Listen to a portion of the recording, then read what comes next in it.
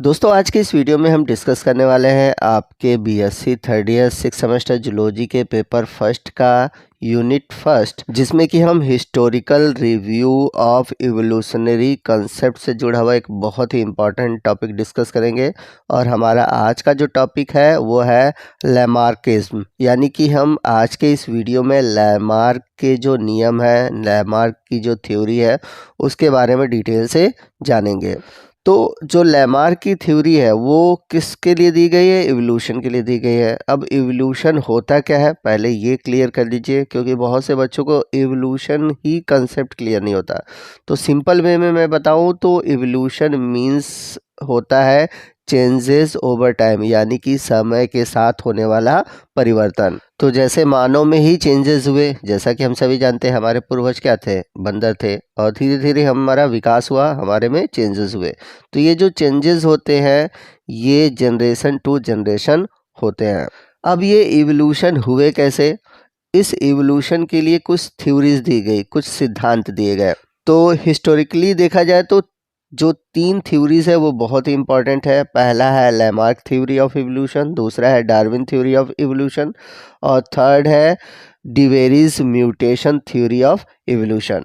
तो सभी के बारे में हम डिटेल से जानेंगे, लेकिन आज के इस वीडियो में हम केवल लैमार्क के थ्योरी को डिस्कस करेंगे। तो लैमार्क की जो थ्योरी है ये बताती है कि कैसे एक स्पीसीज से दूसरे स्पीसीज इवॉल्व हुई है, यानी कि कैसे एक स्पीसीज से दूसरी जाति का विकास हुआ है। तो लैमार्किज्म एक पहली ऐसी थ्योरी थी जो कि इवोल्यूशन के लिए प्रपोज की गई थी, और इसे प्रपोज करने वाले वैज्ञानिक थे जीन बाप्टिस्ट लैमार्क। ये एक फ्रेंच नेचुरलिस्ट थे।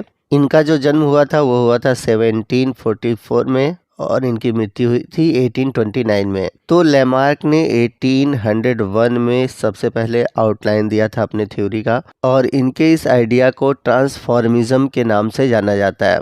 तो इसे ट्रांसफॉर्मिज्म क्यों कहा गया? क्योंकि इनका कहना था कि कोई स्पीसीज ए है, ए से बना A1, फिर उसमें चेंजेस हुआ, फिर A1 से बना A2।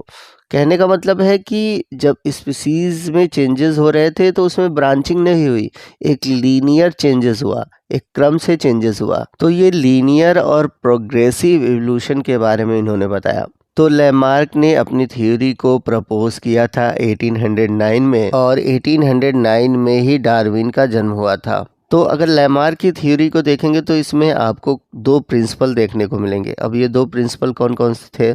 पहला था यूज एंड डिसयूज, और दूसरा प्रिंसिपल था इनहेरिटेंस ऑफ एक्वायर्ड कैरेक्टर्स। तो आइए देखते हैं कि लैमार्क की थ्योरी क्या थी।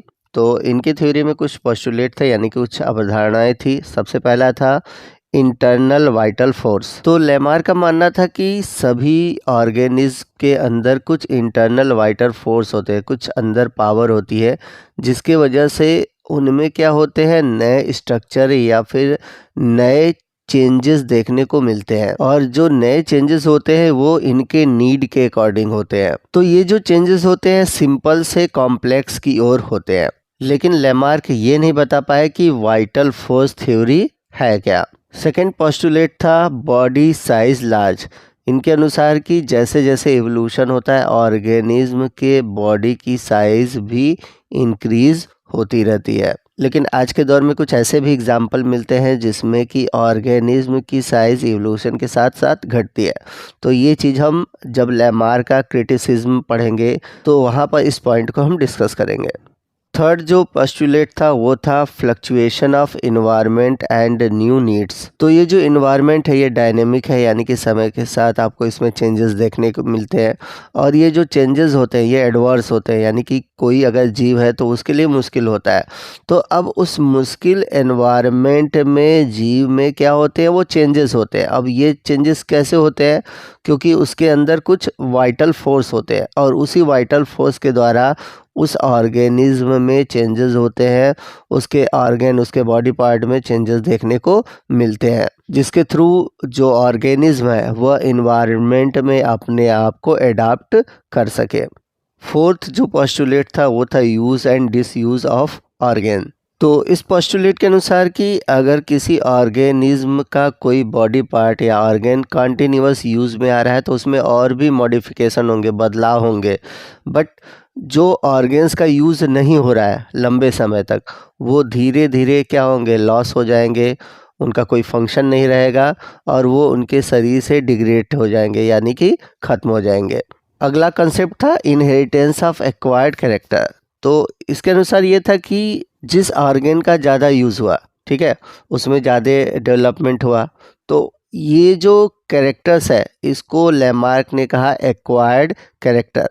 तो अब ये जो चेंजेस हुए हैं, नए बॉडी पार्ट बने हैं जो कि ज़्यादा यूज़ की वजह से हुए हैं, अब ये जो एक्वायर्ड कैरेक्टर है वो धीरे धीरे ऑर्गेनिज्म में जनरेशन टू जनरेशन जाते रहते हैं, यानी कि ये मॉडिफिकेशन के थ्रू ऑफस्प्रिंग में पहुंचते हैं और इसी को कहा जाता है इनहेरिटेंस ऑफ एक्वायर्ड कैरेक्टर। यानी कि हमने जीवन में जो कैरेक्टर प्राप्त किए हैं, जो चेंजेस प्राप्त किए हैं, वो हमारे आने वाली पीढ़ी में जाती रहती है। अब इस कंसेप्ट को इन्होंने अफ्रीकन जिराफ के आधार पर समझाया। तो उनका कहना था कि स्टार्टिंग में जो अफ्रीकन जिराफ थे बहुत छोटे थे और स्टार्टिंग में वो केवल घास खाते थे, ठीक है, लेकिन जैसे जैसे वहाँ का क्लाइमेट चेंज हुआ, वहाँ पे जो पेड़ थे लंबे हो गए। अब अफ्रीकन जो जिराफ थे धीरे धीरे अपनी आगे की गर्दन और टांगों को ऊपर की ओर उचकाने लगे ताकि वो पेड़ तक पहुंच सके। तो ये प्रोसेस चलता रहा। तो इस तरह से इनके गर्दन और पैरों में स्ट्रेचिंग होती गई।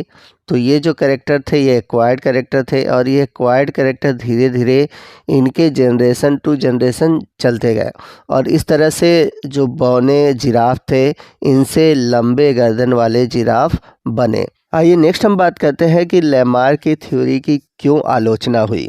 Criticism of Lamarck. तो लैमार्क ने कहा था कि जैसे जैसे इवोल्यूशन होता है ऑर्गेनिज्म में जो साइज़ होती है वो बढ़ती है, बट कई ऐसे एग्जाम्पल मिले जिसमें कि देखने को मिला कि जो ऑर्गेनिज्म में साइज़ है वो घटती है। फॉर एग्जांपल अगर हम बात करें, बहुत सारे फर्न, कुछ कोनिफर थे जिनकी साइज़ बहुत ही बड़ी थी, लेकिन समय के साथ साथ इनमें जो साइज़ हुई बहुत छोटी होती गई। सेकंड पॉइंट था इनहेरिटेंस ऑफ एक्वायर्ड कैरेक्टर। तो इसमें इन्होंने क्या कहा था कि जो हम अपने जीवन में कैरेक्टर प्राप्त करते हैं वो हमारे पीढ़ी दर पीढ़ी जाते रहते हैं। अब इसको कैसे क्रिटिसाइज़ किया गया, तो जैसा कि हम जानते हैं जो ब्लैक स्मिथ होते हैं, यानी कि जो लोहार होते हैं, उनके वर्क करने पर, मतलब मेटल वर्क करते हैं जिसकी वजह से उनके जो मसल्स होते हैं वो बहुत स्ट्रांग हो जाते हैं। बट ये जो कैरेक्टर है उनके संतानों में जाए ऐसा पॉसिबल नहीं है। यानी कि कहने का मतलब ये है कि पहलवान का लड़का पहलवान हो ऐसा पॉसिबल नहीं है। तो एक तरह से ये भी पॉइंट जो है इनका क्रिटिसाइज़ किया गया। तो लैमार्क की थ्योरी को क्रिटिसाइज़ करने के लिए, यानी कि इसकी आलोचना के लिए बहुत सारे वैज्ञानिकों ने कई सारे एक्सपेरिमेंट किए, जिसमें से की एक बहुत ही इम्पॉर्टेंट थ्योरी है जर्मप्लाज्म थ्योरी, जो कि विज़मान के थ्रू दिया गया था। और अगस्त विज़मान ने एक तरह से जर्मप्लाज्म थ्योरी भी दिया था। अब इन्होंने किया क्या था, आपको बता दें कि इन्होंने क्या किया था कि जो पूँछ वाले चूहे थे, यानी कि उन्होंने 22 जनरेशन तक चूहों की पूँछ को काटा, ठीक है ना। लगातार जैसे चूहे हुए, उसकी संतानें हुई, उसकी पूँछ को उन्होंने काटते रहे और ऐसा उन्होंने 22 जनरेशन तक किया। और यहाँ तक कि जो कट किए गए पूँछ वाले चूहे थे उनके बीच उन्होंने मेटिंग भी कराई और देखा कि आने वाली जो जनरेशन थी उनमें पूँछ न होना तो छोड़ दीजिए, थोड़ा सा छोटा भी नहीं हुआ।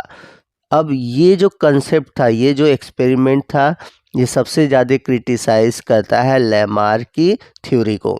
तो इस तरह फाइनली अगस्त विज़मान ने एक कंसेप्ट दिया। उनका कहना था changes made in somatic cell, यानी कि जो बदलाव होते हैं वो सोमैटिक सेल में होते हैं और सोमैटिक सेल में जो बदलाव होते हैं वो जनरेशन टू जनरेशन नहीं जाते, जबकि जर्म सेल में अगर कोई चेंजेस होते हैं वही जनरेशन टू जनरेशन जाते हैं। कहने का मतलब ये है कि अगर कोई पहलवान है तो उन्होंने अपने मसल्स को बनाया, तो अपने मसल्स को कैसे बनाया, वो चेंजेस कहाँ हुआ, उसके सोमैटिक सेल में हुआ। तो ये जो सोमैटिक सेल वाला कैरेक्टर है वो पीढ़ी दर पीढ़ी नहीं जाता, वही कैरेक्टर पीढ़ी दर पीढ़ी जाता है जो कि जर्म सेल में होता है। अब इस तरह से लैमार्क में कुछ नियम को ऐड किया गया था और कुछ जो पॉइंट्स थे उनको हटा दिया गया, और इस तरह से लैमार्क की एक नई थ्योरी आई जिसको हम बोलते हैं नियो लैमार्किज्म। तो यहाँ पर आप देख सकते हैं लिखा हुआ है modified form of Lamarck is called neo Lamarckism. तो इसमें क्या था, कुछ पॉइंट्स रिमूव किए गए थे और कुछ पॉइंट्स क्या किए गए थे, ऐड किए गए थे। Neo Lamarckism proposed the environment does not influence and organism and change its heredity, यानी कि जो इन्वायरमेंट होता है वो ऑर्गेनिज्म को इन्फ्लुएंस नहीं करता, ठीक है, ये इन्फ्लुएंस नहीं करता कि उनकी जो हेरिडिटरी है उसमें चेंजेस हो। सेकंड पॉइंट ये कहता है कि अगर कोई ऑर्गेनिज्म अपने लाइफ में जो वेरिएशन प्राप्त करता है उसमें से कुछ ही वेरिएशन को वो अपने ऑफस्प्रिंग में ले जाता है, सभी वेरिएशन को यानी कि सभी बदलाव को वो अपने ऑफस्प्रिंग में नहीं ले जा पाता, अपनी पीढ़ी में नहीं ले जा पाता। थर्ड पॉइंट था internal vital force does not play any role in evolution, यानी कि किसी भी जीव में जो इंटरनल वाइटल फोर्स है ये कोई भी रोल अदा नहीं करता जिससे कि इवोल्यूशन हो सके। और लास्ट पॉइंट ये कहता है only those variation are passed on the spring which affect the germ cell, यानी कि वही चेंजेस आगे बढ़ते हैं, यानी कि हमारे जीवन में जो चेंजेस आगे हमारे संतानों में जाते हैं वो चेंजेस केवल जर्म सेल में होते हैं। अगर सोमैटिक सेल में चेंजेस होते हैं वो हमारे संतानों में नहीं जाते, केवल जर्म सेल वाले चेंजेस ही जाते हैं। तो दोस्तों ये था हमारा आज का वीडियो जो कि लैमार्क के सिद्धांत और उनसे जुड़े हुए कॉन्सेप्ट पर आधारित था। आई होप आपको आज का ये जो टॉपिक है अच्छे से समझ में आ गया होगा। वीडियो अच्छा लगा होगा तो प्लीज़ वीडियो को लाइक करिएगा, अपने दोस्तों में शेयर कीजिएगा। मिलते हैं अगले वीडियो में जिसमें कि हम इवोल्यूशन थ्योरी से जुड़े हुए डार्विन के सिद्धांत को डिस्कस करेंगे। तो आज के इस वीडियो में बस इतना ही। जय हिंद, जय भारत।